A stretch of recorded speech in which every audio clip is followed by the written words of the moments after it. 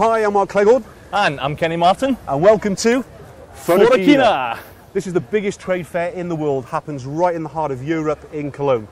We've been coming here for years, isn't it? Even though I've had a bit of a miss out in the past two shows, exhibitions, just because of obviously the business, because this is a biannual show. How often have you come here? I've only been here twice now. One was talking for phase one, the other one was just visiting, you know. So, but it's an incredible show. I mean, it's so big that you until you've come to the show, you can't realise the size of it. It's enormous. It puts like you know, the entire focus and imaging in the UK is like the printer room here. It's so big. So we're really looking forward to getting in, looking at some of the new kit, because this is where all the new kit's released every single year. So exciting, isn't it? Every other year. Every other year, sorry. If you don't come next year, you'll miss it.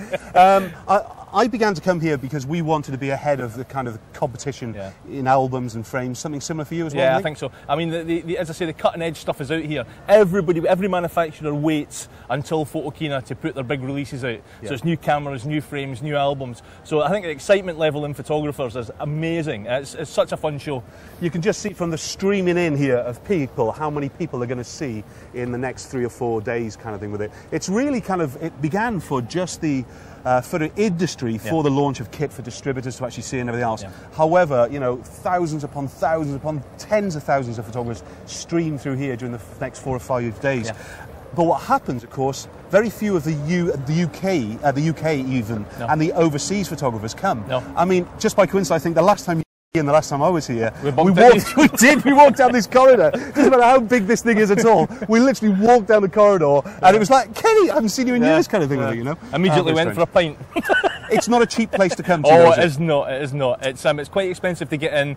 It's the place itself, Cologne, during these type of festivals are very expensive. Hotel rooms and all the rest of it. But I wouldn't let that deter you, because it's actually such fun. It really is, and it's an education as well, because there is thousands of pictures on show. Great exhibitions going on, great demonstrations going on in the stands. So yeah, it's really fun. Take focus in photography, you know, triple, quadruple it, whatever. It's massive. It really is. What are you looking forward to today? Anything?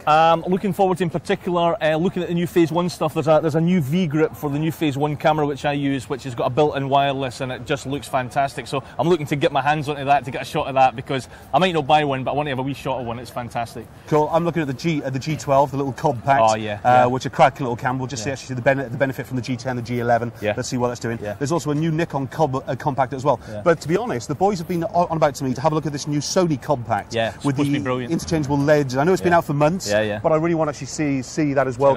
So looking forward to seeing that. Also, I mean, really what I still want to come see is albums, frames. I want to see what's coming new, what's going to be the next kind of thing within the industry over the next 12 to 18 months, kind of thing with it. Because it does start here at the heart. And then it filters out throughout the rest of the world, kind of thing with it, you know. But so many of these European suppliers don't supply out to the likes of the US, the Australians, which is amazing, I think, anyway. Well, there's also quite a few companies here who, for instance, there's a couple of light companies who produce the most incredible lights that don't even come into the UK. It always amazes me every time I say, do you come into the UK? No, we don't come into the UK. Expensive stuff, but really beautiful, beautiful kit. But anyway, I can't wait to get in and get bashed on here. Gadgets, we're looking for gadgets. It's a bit of a gadget show today for me, kind of thing. That's really kind of thing we're going to look at. But as far as the kind of the whole, you need to come here for 2 or 3 days, to be honest, because in one day you can go around in a fog. There is just so much to see that you will never get through it. So you've got to come for 2 or 3 days no matter what. Kind of never think about coming here for just the one-off day. We brought the girls around, our wives as well. We got Jay and Carl, one of the video crews, to at least be going through it. We're staying on a boat tonight. We've got the Last Light party as well. We have indeed. So if it's any good, we'll film a little bit just so you can see what we get up to behind the scenes. Not too late. We'll see how that goes anyway. But I think that's enough, isn't it? Let's get inside, yeah? That's great. See you inside, guys. See you inside. Bye-bye. I'm going this way and you're going that way. Mate, no offence, but it's the only Lamborghini you'll ever own. And there's still no prices on these. 3D screen. 3D image, 3D frame. So you don't need... Yes, 3D frame. You don't need the glasses though, or you do? Without the glasses. Without glasses. Right. Simulator, isn't it? Yeah, it's simulator. 2D model you can feel. 2D is side by side. All right. Yeah. In 3D. We're looking at some 3D cameras here from China, absolutely amazing. You don't need any glasses, it records it. on the camera, and then it's 3D on this little screen here. Go to the next one. Quite amazing, actually. Don't know how much yet, though. No. There is some, I think this is good. Good, thank you. Thank you very much. It's, you got a brochure, do you? Yeah. It's 3D where it's going. I'm not sure, in fact. The quality of the images that we're seeing is not enough to actually kind of allow us to just think, yeah, you know, let's think about it as a part of the next kind of thing for photography, you know. But when we're viewing on these little monitors here, it's far different with video than we're seeing with the stills. The stills we're seeing are kind of it's like one of those little cards as a child. We just kind of measure them in and out and just kind of change the 3D effect. But I think it's where the video, I think Kenny and I were just saying about it, I think it's where the video is really where it comes into its own. Because this is a monitor without you needing the glasses with 3D, which is quite special about it. But, watch the things to come. We've just discovered this absolutely amazing thing here. This is actually for during a wedding day. If the bride, for instance, needing the toilet, you can just pop this up and the bride can go in, have a quick whatever, and then come back out again. I just tried to see if Andy Rouse was in one, but he wasn't. He still disappeared in some remarkable thing. Not really a wildlife photographer, but I think a nice development, especially for the likes of Andy Rouse wanting to sleep on the job as actually well as to shoot kind of thing with it. Remember, going to be a long time out in the field, kind of be sleeping forever kind of thing with it. So, yeah, perhaps watch this place. I just hope we're going to see one of these actually ready for the Ellen Crom or the Bowens or whatever cracking little product that. Used to see it in the cinema industry. Yeah. Float the light up actually on a string, light inside, just this whole kind of beautiful soft light through the whole place with it. You know, if you're an events photographer, you stick that in a corner of a room, all of a sudden you get this lovely spread of light. Beautiful. Through Bit soft as well. Beautiful. Nice accessory there. That's a small little softbox as well, isn't it? That'd be nice for continuous lighting, in fact. Very good value for money, actually, because the small one there's €25. Which one? So that the one around the corner there. Can't get around that one. €25.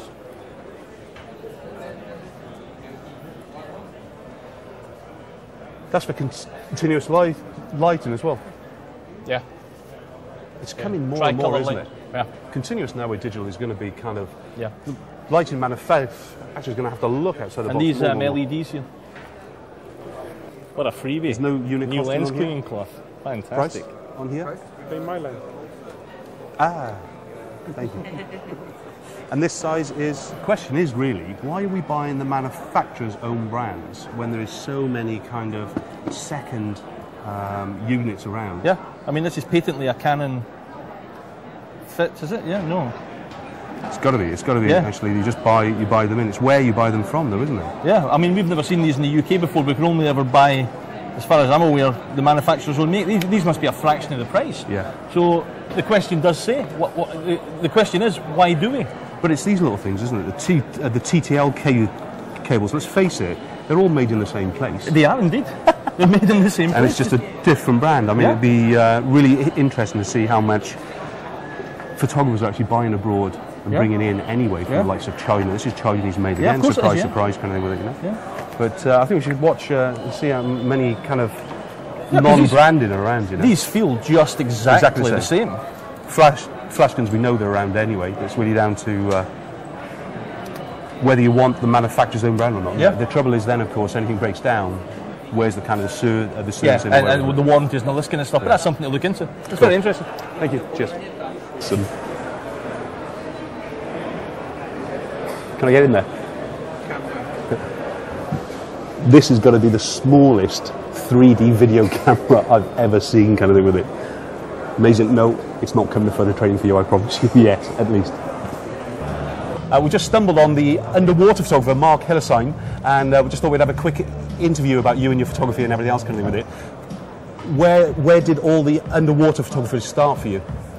Where did it start for me? It starts. I'm a dive instructor for many years, and I'm a professional photographer, but I'm an overwater photographer by trade. And I always wanted to do something underwater, and then I started like the usual way with taking pictures of fish and coral and all that stuff. But over water, I'm more like a fashion photographer and a portrait photographer. So I wanted to invent the whole thing that I do over water on the surface. I wanted to take it underwater. So, and I was trying to have like the same quality that I have achieved over water, underwater, and it's a little bit more difficult because of all the lighting and stuff like that. But I hope I managed. Yeah, so, I mean, is there a kind of a secret to it? You've got a tank and you're going to be photographing actually in the tank today. Yeah. So you're going to get in with the model, yeah? Yes. And have you got flash running as well? Yes, I got a flash outside of water. And that helps? Because the color of the light inside is not very nice and the whole lighting here is not so good. So I put out a flashlight out there. So I try to imitate the sunlight a little bit. So I have like little light spots in the water, and then I have a flash on my camera. Have you ever photographed in a tank like this before, or do you usually work in a pool or a swimming? I work either in a pool, but then usually I work in a big pool. I mean a diving pool. So because a pool like this is not big enough to take some decent pictures.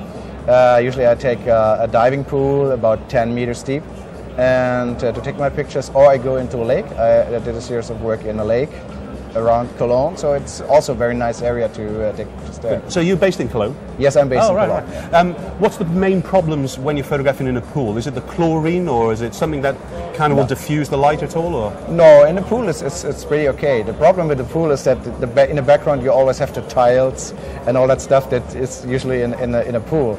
And when I was using the diving pool, there were a lot of things like fake sharks and things like that, and you have to wipe this out. So sometimes I use backdrops, or I just wipe it out in Photoshop. Would there be a diver in the pool for the model, or is she just going up for air all the time? It depends. So I try to have a diver to give her air, but it's always difficult because the models, they're not used to it. It's very hard to find underwater models because there are underwater models, but most of them they can dive, but maybe they cannot model. And also there are overwater models, but they cannot dive. So I have to teach them. That it tells that I'm a diving instructor. Well, perhaps we can do a swap here, because we've got a nude model who's a diver. Very good. So we might come and see you. Yes, and do a shoot. So get us in contact. Yeah, brilliant. Yeah, I'm always open for new models. What format do you shoot when you're under? Is it usually a DSLR? Or DSLR, yes. Using medium format at all? Or no? Not at all, not now underwater. I would, and I found out there are now some nice housings for Hasselblad, so I might. It's a big worry, isn't it, though, when you take an expensive camera down, kind of thing, but that's just life, isn't it? That's a part of your job now. Do you use the most current model, or do you use like your old camera first? No. Now I use Nikon D300S now, which is quite a good camera, I guess, and so I'm not using my medium format equipment right now, but okay, usually if you take care, so nothing should happen. How is video playing a part of your kind of industry as well now? Is that a must as well as stills? Yeah, it's getting more and more, but I'm not so sure about it, I have to say, because it's a big thing, and everybody tells you, all my colleagues, they come and say, oh, we have to do video now because they get the jobs to the people who do video. I'm not so sure about it, I have to say. Maybe they give the video jobs to video photographers or to directors and not to photographers. Yeah. I'm a stills photographer. Yeah. He's a videographer. Okay, yes. It's two so maybe we get our job then. Jay's more like a whale than actually. Mark, thank you very much for sharing. Thank you. What's a pleasure. We'll come and watch your demonstration. Thank you very much. Can't wait to see it. Thank you very much.